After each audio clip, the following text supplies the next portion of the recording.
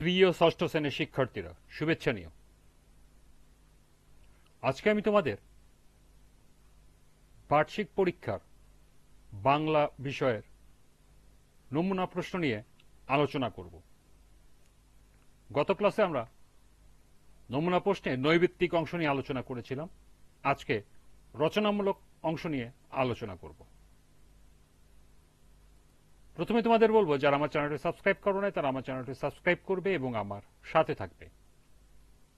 তাহলে চলো আমরা ক্লাস শুরু করি। তোমরা ইতিমধ্যে জেনে গেছো নৈর্ব্যক্তিক অংশে নাম্বার থাকবে 25 এবং রচনামূলক অংশে নাম্বার থাকবে 75। বাংলা রচনামূলক অংশ মান 75। প্রথমে থাকবে সংক্ষিপ্ত উত্তর প্রশ্ন। প্রতিটি প্রশ্নের মান 2। 1 নাম্বার, লোক শিল্প সংরক্ষণ ও সম্প্রসারণের দায়িত্ব আমাদের সকলের, কেন? 2, বলবো মাকে, ভয় কি গো মা, বাণিজ্যে যাই, বলতে কবি কি বুঝিয়েছেন? 3, কবি সবাইকে আজ বাঁচতে দিতে বলেছেন কেন? 4, বর্ষা মৌসুমে নকশি কাঁথা সেলাইয়ের উপযুক্ত সময় কেন? 5, মৌরি ফুলের গন্ধ শুকে থামিও তবে রথ, বলতে কবি কি বুঝিয়েছেন? 6, ময়ূরপঙ্খী বজরা আমার লাল বাউটা তুলে, বলতে কবি কি বুঝিয়েছেন? 7, খাদি কাপড়ের বিশেষত্ব কি? 8, সারাটা দিন তোমার লয়ে করব আমি খেলা, বলতে কবি কি বুঝিয়েছেন? 9, রোকেয়া সাখাওয়াত হোসেন একজন অসাধারণ নারী, কেন? এবং সর্বশেষ 10, মুখ্য অর্থ ও গৌণ অর্থের সংজ্ঞা দাও। এই ছিল 10টি সংক্ষিপ্ত উত্তর প্রশ্ন। এখন দেখব রচনামূলক প্রশ্ন দৃশ্যপটবিহীন। এখানে 5টি প্রশ্ন থাকবে, যে কোনো 3টি প্রশ্নের উত্তর দিতে হবে।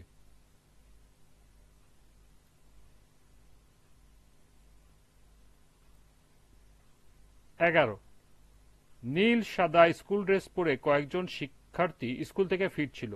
মেঠোপথের দুপাশের সবুজ ধান ক্ষেত। হঠাৎ সামনে একজন থমকে দাঁড়ালো।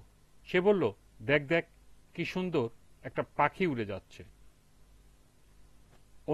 অনুচ্ছেদ থেকে একটি করে বিশেষ্য, বিশেষণ, সর্বনাম, ক্রিয়া ও আবেগসূচক শব্দ লেখো। 12, যে কোনো 5টি জ্যোতিচিহ্নের নাম লিখে বাক্যে প্রয়োগ দেখাও। 13, নিচের শব্দগুলোর একটি করে প্রতিশব্দ লিখো। কানন, সিন্ধু, হাত, অদ্রি, বঙ্কি। 14, মনে করো তুমি 6ষ্ঠ শ্রেণীর শিক্ষার্থী। তোমার বিদ্যালয়ের 3 দিন ব্যাপী একটি বইমেলার আয়োজন করা হয়েছে। উক্ত বইমেলার অনুষ্ঠানের জন্য একটি আমন্ত্রণপত্র তৈরি করো। এবং শেষ প্রশ্ন, 6ষ্ঠ শ্রেণীতে প্রথম দিনের স্কুলের অভিজ্ঞতা তোমার নিশ্চয় মনে আছে। ওই দিনের বা অনুরূপ যে কোনো একদিনের ঘটনা নিয়ে রোজনামচা রচনা করো। এই ছিল রচনামূলক প্রশ্ন দৃশ্যপটবিহীন 5টি প্রশ্ন। এখান থেকে তোমাদের 3টি দিতে হবে, এক একটি প্রশ্নের মান 5 করে। এখন আমরা দেখব রচনামূলক প্রশ্ন দৃশ্যপট নির্ভর। যে কোনো 5টি প্রশ্নের উত্তর দাও। 16, নিচের কবিতাংশটি পড়ে নিম্নোক্ত প্রশ্নের উত্তর দাও। আসমানিদের দেখতে যদি তোমরা সবে চাও, রহিমউদ্দির ছোট বাড়ি রসুলপুরে যাও। বাড়ি তো নয় পাখির বাসা, ভেন্না পাতায় ছানি, একটুখানি বৃষ্টি হলেই গড়িয়ে পড়ে পানি, একটুখানি হাওয়া দিলেই ঘর নড়বড় করে, তারই তলে আসমানিয়া থাকে বছর ভরে। এখান থেকে দুটি প্রশ্ন দেওয়া আছে। ক, উপরের কবিতাংশের সাথে তোমার জীবনের বা চারপাশের যে সম্পর্কের মিল পাওয়া যায় তা ব্যাখ্যা করো। খ, উপরের কবিতাংশের কবিতার বৈশিষ্ট্য প্রতিফলিত হয়েছে কি?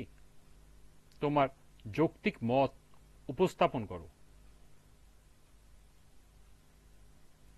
পরের প্রশ্ন, নিচের অনুচ্ছেদটি পড়ে নিম্নোক্ত প্রশ্নের উত্তর লিখো। মাদার তেরেসা ভালোবাসা দিয়ে মানুষকে জীবনের শান্তিময় করার জন্য কাজ করে গেছেন। সেবা কাজে মানুষকেই সবচেয়ে বড় করে দেখেছিলেন তিনি। ধর্মের ফারাক, দেশের ভিন্নতা, জাতির পার্থক্য তিনি কখনো বিবেচনায় নেননি। যেখানে দুরারোগ্য রোগ, দুঃখ, দারিদ্র, অসহায়তা, প্রাকৃতিক দুর্যোগ, সেখানেই মাদার তেরেসা তার সেবার হাত বাড়িয়ে দিয়েছেন। তাই সব দেশের, সব ধর্মের মানুষের ভালোবাসা পেয়েছেন তিনি। এই অনুচ্ছেদের উপরে দুটি প্রশ্ন দেওয়া আছে। ক, অনুচ্ছেদে মাদার তেরেসা ও রোকেয়া সাখাওয়াত হোসেন রচনায় রোকেয়া যে দিক থেকে সমান্তরাল তা ব্যাখ্যা করো। খ, অনুচ্ছেদের মাদার তেরেসা ও রোকেয়া দুজনেই ভিন্ন ভিন্ন অনন্য মানুষ। মন্তব্যটি বিশ্লেষণ করো। পরের প্রশ্ন 18, নিচের অনুচ্ছেদটি পড়ে নিম্নোক্ত প্রশ্নের উত্তর লিখো। নদী পার হয়ে ওপারের কুমোরদের একটা গ্রামের ভিতর সারাদিন দেখছি ওদের মাটির কাজ। হাঁড়িপাতিল সরাসানকি তৈরি করছে ওরা। বেশি কৌতূহল নিয়ে দেখেছি পাটার কাজ। মাটির পাটায় ফুলের নকশা, রবীন্দ্রনাথ, বেনিবন্ধনরত যুবতীর চিত্র, জয়নুলের আঁকা গরুর চাকা ঠেলে তোলার প্রতিলিপি, উড়ন্ত পরী, ময়ূরপঙ্খী নৌকার চিত্র, চোখ বুজে নজরুল যে বাঁশি বাজাচ্ছেন সেই ফটোগ্রাফের নকল, বাঁশবনের আচ্ছন্ন শীতল একটি গ্রাম, অবিশ্বাস্য ঝিমধরা নীরবতা, ভেতরে সবুজ শ্যাওলাধরা কুমোরদের প্রাঙ্গণে সার দিয়ে সাজানো রবীন্দ্র, নজরুল, জয়নুল। আজকাল এগুলোর বিক্রি ভালো, সস্তায় ঘরের দেয়ালে সাজাবার জন্য অনেকেই কেনে। এক একটা চিত্রের জন্য কাঠের উপর খোদাই করা নকশা আছে, তার উপর কাদার তাল টিপে টিপে পাটা তৈরি করেছে ওরা। কাদার তালে ফুটে উঠেছে নকশা, বাঁশের কলম দিয়ে সংশোধন করে পাটাগুলো ভাটিতে পোড়াবার জন্য তৈরি করা হয়েছে। এই অনুচ্ছেদের উপরে দুটি প্রশ্ন দেওয়া আছে। ক, অনুচ্ছেদে আমাদের লোকশিল্প প্রবন্ধে যে মিল বা অমিল রয়েছে তা ব্যাখ্যা করো। খ, অনুচ্ছেদে প্রবন্ধের বৈশিষ্ট্য প্রতিফলিত হয়েছে কি? তোমার যৌক্তিক মত দাও। পরবর্তী প্রশ্ন, নিচের কবিতাংশটি পড়ে নিম্নোক্ত প্রশ্নের উত্তর দাও। চলে যাব তবু আজ যতক্ষণ দেহ আছে প্রাণ, প্রাণপণে পৃথিবী সরাব জঞ্জাল। এ বিশ্বকে শিশুর বাসযোগ্য করে যাব আমি, নবজাতকের কাছে এ আমার দৃঢ় অঙ্গীকার। কবিতার এই অংশ নিয়ে দুটি প্রশ্ন দেওয়া আছে। ক, উপরের কবিতাংশে বাঁচতে দাও কবিতার কবির যে আহ্বান উপস্থিত তা ব্যাখ্যা করো। খ, উপরের কবিতাংশে মূল ভাব এবং বাঁচতে দাও কবিতার মূল ভাব সমার্থক বলা যায় কি? যৌক্তিক মত উপস্থাপন করো।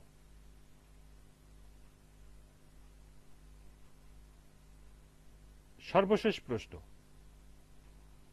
মনে করো তোমার বিদ্যালয়ের সম্পর্কে একটি লেখা প্রস্তুতের জন্য সহপাঠীরা ছকে বর্ণিত বিষয়গুলো নির্ধারণ করল।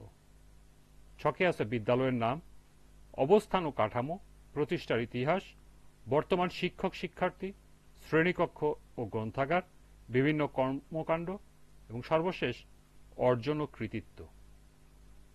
এই ছকের উপরে দুটি প্রশ্ন দেওয়া আছে। ছকে বর্ণিত বিষয়গুলো নিয়ে একটি লেখা প্রস্তুত করো। খ, তুমি যে লেখাটি প্রস্তুত করেছ তার ধরন চিহ্নিত করে মতামত দাও। এই ছিল এনসিটিবি কর্তৃক প্রণীত নমুনা প্রশ্নের দ্বিতীয় অংশ, অর্থাৎ রচনামূলক অংশের।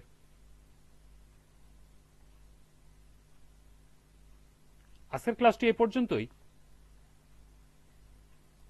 পরবর্তী ক্লাস দেখার আমন্ত্রণ জানিয়ে আজকের মতো আমি এখানেই বিদায় নিচ্ছি।